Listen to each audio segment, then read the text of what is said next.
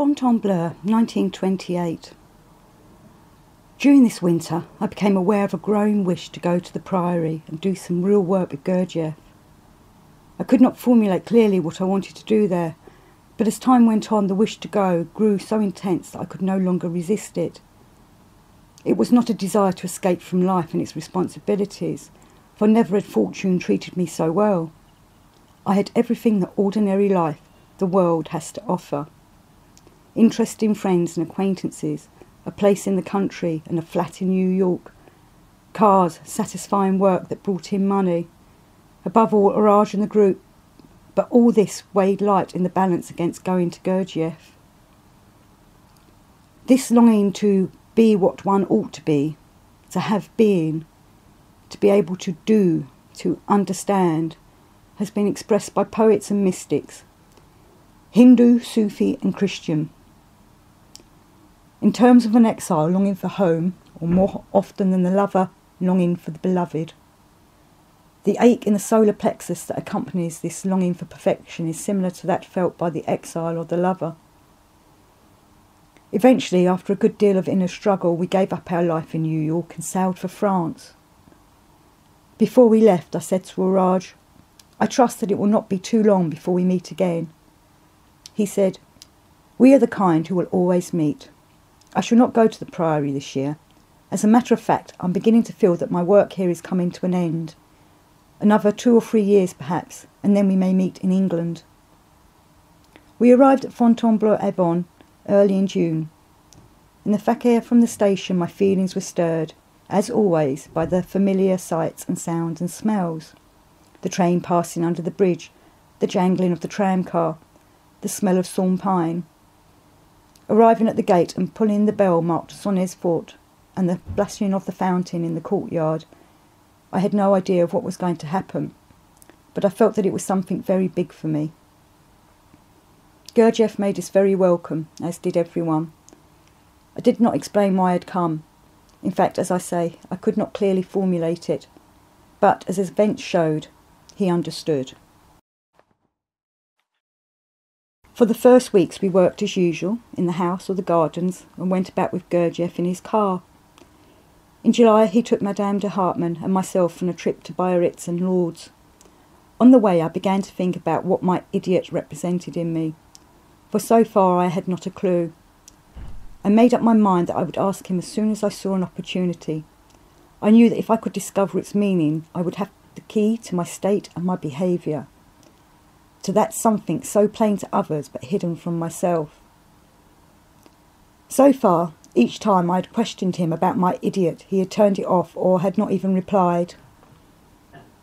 One day we stopped at a wayward restaurant and ate in the shade of a pleasant bosky garden. It was very hot.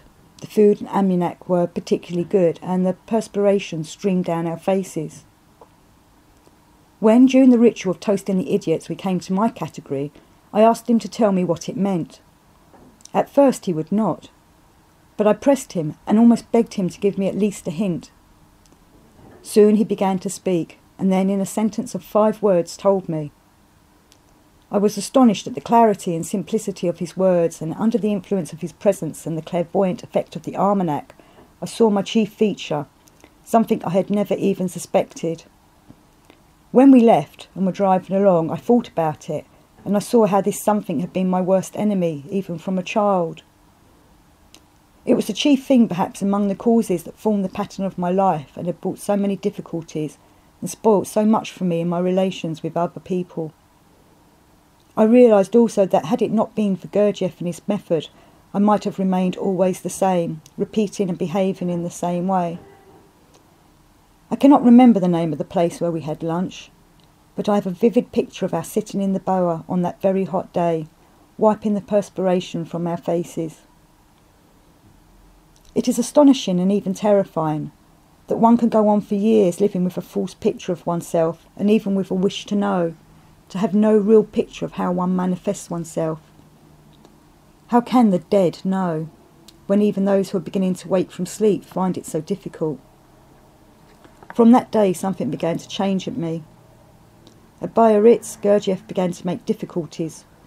We met his brother Dmitri and his wife, and they, with one of the children, all joined us in the car. He put his brother in the front seat with me and myself between them, those two big men. It was a small car with just room for 4 people. What with the luggage in the back and the 6 of us crowded in, we were all most uncomfortable, and as the day went on it became real torture, but I made up my mind not to give way. At last Dmitri Ivanitch and his wife Astra Georgievna could stand it no longer, and they returned to Fontainebleau by train. Gurdjieff, Madame de Hartmann and myself went on our way, I still sitting with him at front. At Lourdes we went to the place where the halt, the maimed and the diseased lay. Rows and rows of poor creatures waiting to be healed, some of them almost monsters. A little later we met a long funeral procession, a dead bishop being given to his grave. It was impressive, with the tolling of the bells, the incense, the chanting of the priests and monks as they passed along the road lined with people, the pageantry and circumstance of organised religion. Often as he drove along, Gurdjieff thought out passages for Beelzebub's towers and dictated them in Russian to Madame de Hartmann, who sat in the back ready with notebook and pencil. When we were becoming soporific, beginning to daydream, or if he himself needed a shock to keep awake while driving, he would stage a scene and sometimes shout at us with what appeared to be rage. We were soon awake. Then there would come a halt at a cafe or almanac and sandwiches by the roadside, when he would talk. In passing through the country, Gurdjieff seemed to be able, almost literally, to smell out the best food, the best local produce, so that every day we ate something new and tasty. Sometimes he would draw me out, make me say things, and then with a look of pity shake his head at me, and I would realise that I had exposed some weakness and imperfection in myself. These incidents, these constant shocks which exposed one and then another of my seemingly innumerable enemies within, remained in my memory. A day or so after we got back to the Priory from the trip, he put me to work with 2 other men, digging a trench in the forest. It was pleasant working in the shade, and when we stopped for spells, still pleasanter to sit and talk about high ideas. A few days passed in this congenial toll. Then first one man was sent to another job, then the other, and I found myself working alone. Gurdjieff told me to dig and find a spring which was said to be somewhere close by, the spring that he had spoken about 5 years before. As the days passed and no one came near me and no sign of water appeared, a resistance began to grow in me, a revolt against doing what my mind knew ought to be done. It was not the difficulty of the hard physical work. In British Columbia I had been a well digger, blasting every foot with gelignite. A difficult and dangerous job. What I had to overcome now was a revolt, a tremendous resistance of the body and the feelings to continue in this dull, monotonous, apparently purposeless task in the sweltering heat. After working for some days I dug a long deep trench and a deep pit through the heavy clay. No one came near me, and I was no longer asked to the meals in the English dining room. Then Gurdjieff took my wife and some others on a car trip which added to my emotional difficulties, since I enjoyed nothing so much as going about with him. When he returned some days later and came and looked at my work, his first appearance for 2 weeks, I said, "There is no water here, it is useless to go on." He merely remarked, "Must be water here, must find it, now dig here." He pointed to another spot and went away, so I began again, but a nagging thought tormented me. I wondered why I had given up my comfortable, interesting life in America to come here and work like a navvy and be humiliated. Was this just a whim of Gurdjieff's to keep me occupied? I fell into a state of discouragement and despondency. At the same time there was an inner feeling that the task must be fulfilled, and that this perhaps was the first real effort I had ever made. A day or so later, after tea, I went to my room to rest. The physical posture of lying on my back may have increased the feeling of despondency. The fact is, I was on the point of giving up, when I reached out and opened the Pilgrim's Progress and read, "Then I saw that they went on all, save that Christian kept before, who had no more talk but with himself, and that sometimes sighingly, and sometimes comfortably, also he would be often reading in the roll that one of the Shining Ones gave him, by which he was refreshed. I beheld then that they all went on till they came to the foot of an hill, at the bottom of which was a spring. There was also in the same place 2 other ways, besides that which came straight from the gate. One turned to the left hand, the other to the right, at the bottom of the hill. But the narrow way lay right up the hill, and the name of the going up the side of the hill is called Difficulty. Christian now went to the spring, and drank thereof to refresh himself, and then began to go up the hill, saying, This hill, though high, I convert to ascend. The difficulty will not me offend, for I perceive the way to life lies here. Come, pluck up, heart, let's neither faint nor fear. Better though thy difficult thy right way to go, than wrong though easy, where the end is woe. The other 2 also came to the foot of the hill, but when they saw that the hill was steep and high, and that there were 2 other ways to go, and supposing that these 2 ways might meet again with that up which Christian went on the other side of the hill, therefore they resolved to go in those ways. Now the name of one of those ways was Danger, and the name of the other Destruction. So the one took the way which is called Danger, which led him to a great wood, and the other took the way directly up to Destruction, which led him into a wide field full of dark mountains, where he stumbled and fell and rose no more. I looked then after Christian to see him go up the hill, where I perceived he fell from running to going, and from going to clambering on his knees, because of the steepness of the place. Now about the midway to the top of the hill was a pleasant arbour, made by the Lord of the hill, for the refreshment of weary travellers. Thither therefore Christian got, where also he sat down to rest him. Then he pulled his roll out of his bosom and read therein to his comfort. He also now began afresh to take a review of the coat or garment that was given him as he stood by the cross, thus pleasing himself a while. He at last fell into a slumber, and thence into a fast sleep, which detained him in that place until it was almost night, and in his sleep his roll fell out of his hand. Now as he was sleeping there came to him one and awakened him, saying, Go to the ant, thou sluggard, consider her ways and be wise. And with that Christian suddenly started up and sped him on his way, and went apace till he came to the top of the hill. Then I remembered Orage's similar experience here. He had felt as I did, perhaps in this very room, and now something constrained me to make more effort. I went back to my task, took up my shovel and pick, and began again, to remember myself and keep my restless mind from wandering into daydreams, pleasant or resentful. I worked sometimes faster than usual, or slower, did counting exercises, repeated lists of words in sequence, but the days still passed slowly and monotonously. One day, when I'd given up all hope of finding water, results came. As I struck my pick into the clay, a spot of water showed. I dug deeper, and as I dug a trickle appeared, then a larger trickle. With a stir and excitement I dug again, and suddenly a spring of water was bubbling round my feet. I stared in astonishment, scarcely believing my eyes, for the water was welling up to my ankles. As I stood gazing, it was as if a veil within was being lifted, a cloud disappearing, a light breaking through. I climbed out of the pit, out of the miry clay, and went to the house to tell Gurdjieff, but he was away. Gladness and joy bubbled up in me like the spring. I went to my room and sat down and picked up my Bible. At random, it seemed, I read, Blessed is the man that endureth temptation, for when he is tried he shall receive the crown of life. Turning the pages I came to Revelation. He that overcometh shall inherit all things. I shall be his God, and he shall be my son. He that overcometh will I make a pillar in the temple of my God, and he shall go no more out.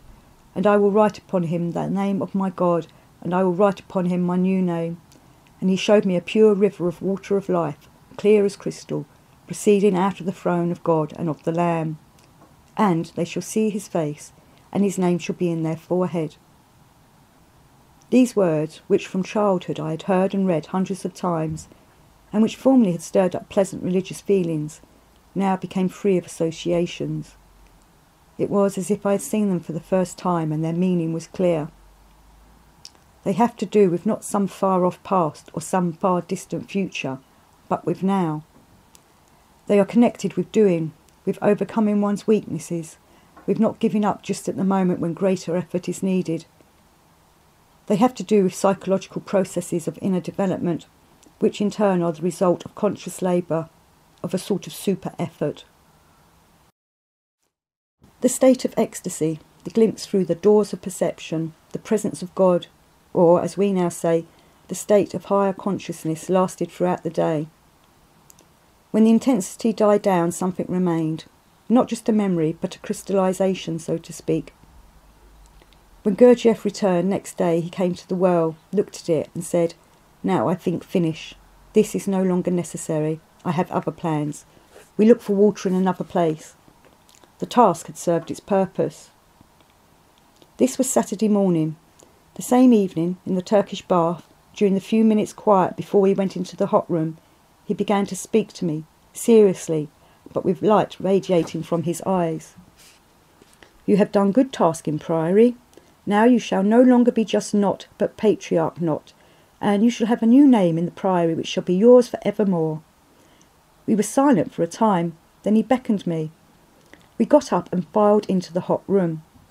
When we went into the steam room, he made me sit by him, and himself flicked me with branches after the ordeal of steam. At dinner I was put next to Dr. Stojnoval on Gurdjieff's right. During the toasting, when round was proposed, he said to me, "Now you no longer round idiot. What kind idiot I not know yet, but some other kind. As the blind man said, we shall see. Now tomorrow I'll give you 3 bottles of almanac. Doctor shall make you special Priory salad, and you take all the men and have party at your spring. Only men, no women, understand?" I nodded. That night I began to ponder about a new name, and I found in Revelation, "To him that overcometh will I give to eat of the hidden manna, and I will give him a white stone, and in the stone a new name written, which no one knoweth save him that receiveth it." This is one of the mysteries of esoteric Christianity. The next day, Sunday, in the evening, the men met at the waterhole with provisions for the picnic. After eating and talking, someone warmed by the almanac began to sing a Russian folk song, one of those soul-tearing songs from the depths of the Russian heart about nothing in particular. Others then sang Greek, Armenian and German folk songs. I myself sang Through Bushes and Through Briars. Then Stojnoval, a big man with a beard, stood up in his Russian blouse and trousers tucked in his boots and sung in a fine deep voice which made the forest resound. This, I believe, was the only time he was heard to sing at the Priory. Gurdjieff purposely did not come. It was my party, but he smiled with approval next day when he heard about it. Later, about the end of September, when the evenings were chilly, Gurdjieff came back from Paris, and just before supper time sent word for Stojnoval, Hartmann, Salzman and myself to join him at the small round swimming pool which lay hidden from the windows at the far end of the sweep of lawn. He said, "Now we undress." We stripped. He went and sat on one of the steps that led into the pool, his legs in the water, and motioned for me to sit by him, the others sitting behind us. He joked a little, then moved down another step. He began to speak about the need for certain efforts to be made when a man has reached a stage in work on himself, a stage in an octave, and how necessary it is for him to make the effort. If he does so, he moves up to another octave, taking with him all that he has acquired. If the effort is not made, he may slip back, and what he has worked for may be lost. At first, this effort has to be made under the direction of a teacher. Later, a man can himself know when effort has to be made, and can know how to make it. He also said that I had a taste of super effort. In this work, the ordinary effort we make is by the way. Everyone, willy-nilly, has to make effort. Nature constrains us, as she constrains the salmon to leap the falls. A man must be able to do. Magic, real magic, is rooted in doing. We must make super efforts. As we go on, the work becomes more difficult, but more strength comes. If you make conscious effort, nature must pay, perhaps at once. It is a law. "Next step," he said, and we moved lower into the water. He now began to speak in Russian and talked for some time. Of this I understood very little. And so, still lower, from one step to another, still talking until he and I were sitting up to our necks. It was cold. We began to shiver. At last Gurdjieff plunged in and swam around. We followed. We dressed and went to his room and ate before a big log fire. The next day, Stojnoval asked me if I knew about Zen. A little, I replied. Well, he said, in the real schools of Zen, the teacher often uses strange methods with his pupils to fix some teaching in them. Mr. Gurdjieff's reason for yesterday evening was to impress on you what you had learnt about doing. It had been a process of initiation, self-initiation. Gurdjieff had planned the steps in the task, and thanks to him I had accomplished it. He, like the gods in the mysteries, but with his own peculiar and effective ritual, had confirmed it, and I had been able to move to another octave of being and understanding. From this time my relations with him and others were on another level. Postscript. As for Oraj's return to London and my association with him there, my subsequent association with Ouspensky in England and in America during the war, and the renewal of my contact with Gurdjieff after the war, all this is another story. I will only add a few words about the question that is often asked. What was Gurdjieff's aim? What did he come to do? Possibly only Gurdjieff himself understood his great aim and foresaw the consequences of his work, and only 2 or 3 of those who worked with him from the first and never left him understood some part of it. Concerning the question, what did he come to do? I will quote a summary of talks with an old friend, F.S. Pindar, a man who was very near to Gurdjieff. He said that Gurdjieff came to strike a big dough, to help the upflow of the law of 7 against the current of mechanical life. Always with any teacher, in the process of his work, a few earnest strivers are netted. But, in any case, the law of 7 flows on, if only from the friction arising from the inevitably ensuing squabbles and differences, which needs must come, but woe to him, etc. Gurdjieff came to give us a new world, a new idea of God, of the purpose of life, of sex, of war. But who are us? Us are those who accept him and his teaching and help to carry out this work. This world of ours cannot be saved in our measure of time. Had it been possible, it would have been saved long ago by the prophets and teachers who have been sent. Those who look for the world to be saved by a single teacher in a given time are shirking their own responsibility. They wait in hope of a second coming, with no effort on their part, indulging in the disease of tomorrow. If take then take, says Gurdjieff. By working on ourselves we can take the ableness to become sons of God, the Christus, the anointed or Messiah, where the anointing is by token of the higher body. But, having slid down so far, the way back is long and difficult. We have forgotten. The ox knoweth his owner, and the ass his master's crib, but my people do not consider.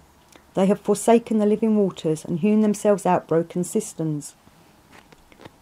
We are what we are through our failure to do our own prison chores, so we have to tread the meal again and again. The treadmill is a good analogy, since it symbolises the difficulties, the backslidings, the sighings, forgetfulness, self-reproaching, settlings up, tomorrowings. But we can take heart, since we are not called upon to do anything that every particle of the Absolute, and Gurdjieff himself, has not had to do. Although Gurdjieff tempered the wind to his shorn lambs, to each a chance according to his state of being and understanding, his shocks annoyed some. People think that a man can be taught in a real school as at a university, universities being now no more than reformatory apparatuses for conventional science, art and literature, whereas their original function was to teach the universals. The torn-off mask, says Lucretius, lays bare the thing that is. Persona means mask, and the idea comes from objective schools. Gurdjieff said, kill our personality, the false thing which we think is. It has to die so that individuality may grow. To achieve his aim, Gurdjieff, like all real teachers, had to play a role, playing at the same time several ancillary or sub-roles, working on himself for his own development. While spreading his teaching, he had to adapt it to people of different levels of development. In a group at mealtimes, for example, he used hyperbole, exaggeration, joking, seeming contradiction, saying something to one person while meaning it for another, which was bewildering to some, who often took him literally and made strange statements on what they had misunderstood. every man would like to have a better world, but according to his own ideas. The gangster's is that of more and better plunder. The communist wishes for the ant-like state, himself on top. The farther from reality, the school of the world betterer, or reformer, the more people will he attract, since he would leave everything to God, or the state, himself taking no responsibility. This is the opposite to accepting things in Gurdjieff's sense, that is, in not fretting and worrying about what we cannot change. What can't be cured must be endured. The hymn says, "When wilt thou save the people, O God of mercy?" When? As if it depended on God's whim. Only man can save himself, and God has given him every possible means and opportunity. We might as well ask a power station to give us light and heat while withholding the fuel. The organised church says that salvation is full and free, that man, to be saved, has only to believe and be good. When the waggoner appealed to Jupiter to get his wagon out of the mud, Jupiter said, "First put your own shoulder to the wheel." Men cannot see that it is necessary first of all to do something about themselves. For thousands of years they've been trying to reform each other. If a man would set about working on himself instead of praying to his far-off God to save the people, he would find that the kingdom of heaven is not indifferent to those who try. To see ourselves as we are, the old man, and to create the new man is the way of the cross, esoteric religion. The way of the cross was the way of all objective teachers. All have to go down to Egypt, and all have to be crucified.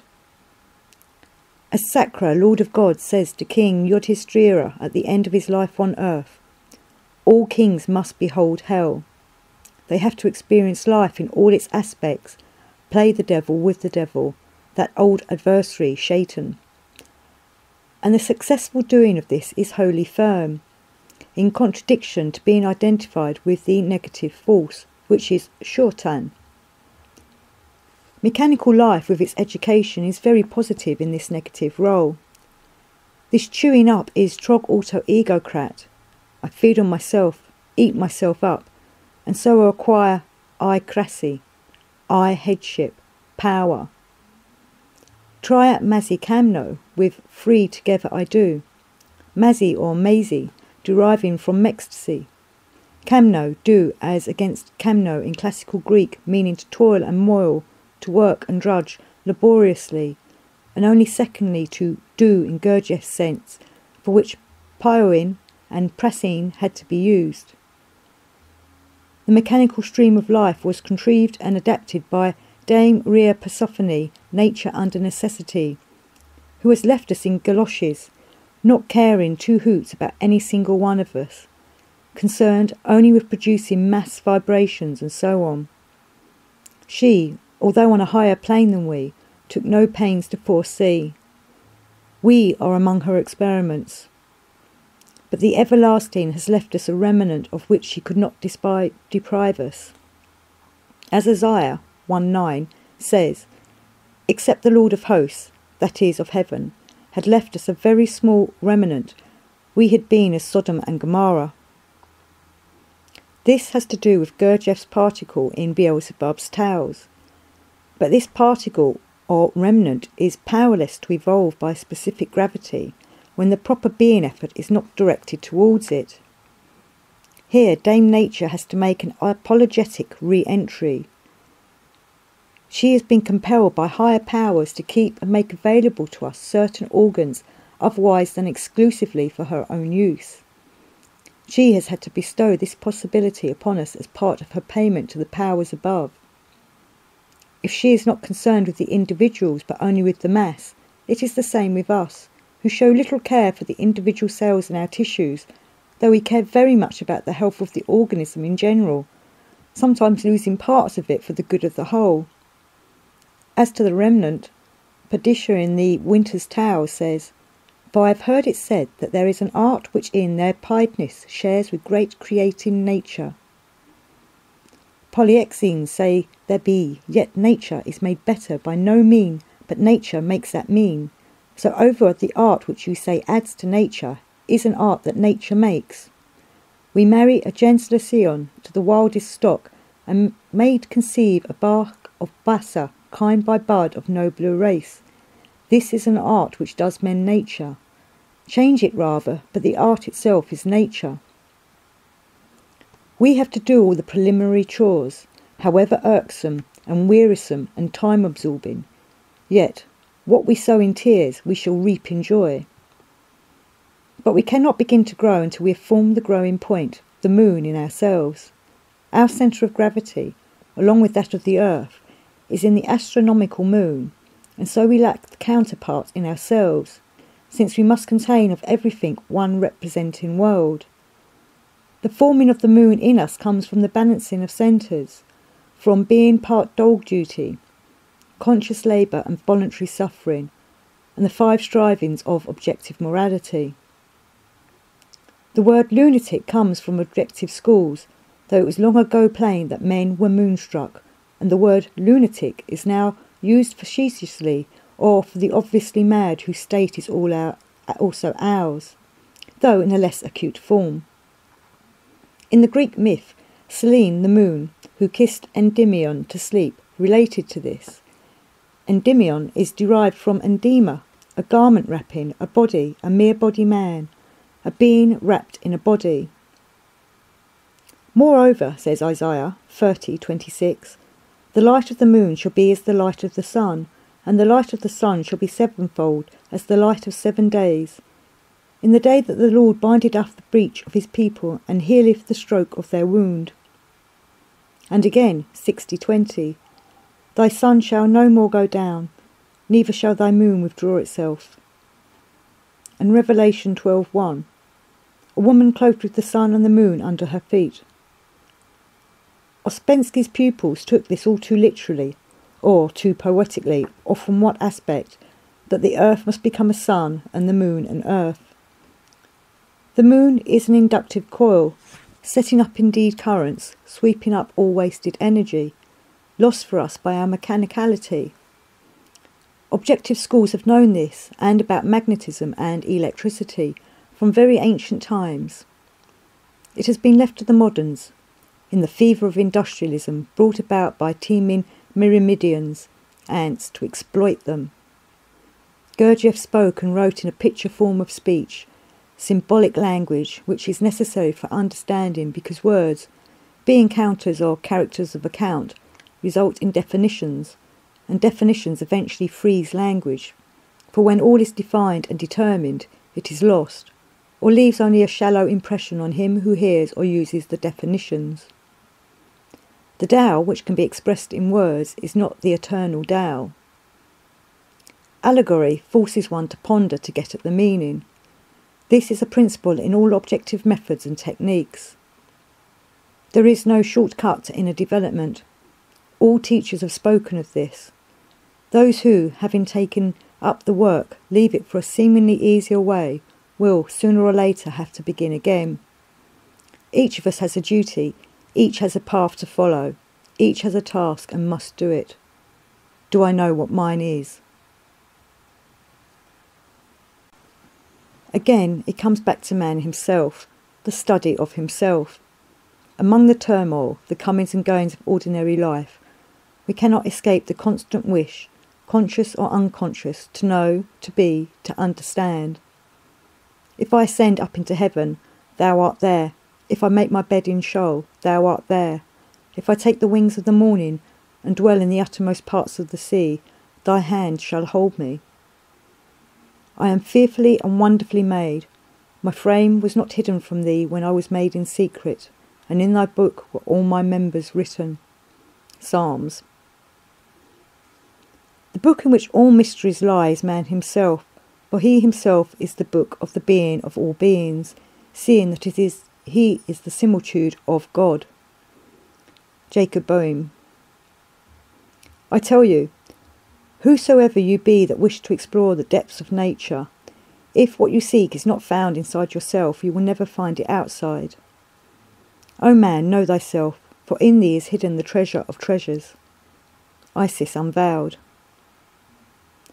The kingdom of God is within you. Seek therefore to know yourselves, and you shall know that you are in the city, and that you are the city. Jesus.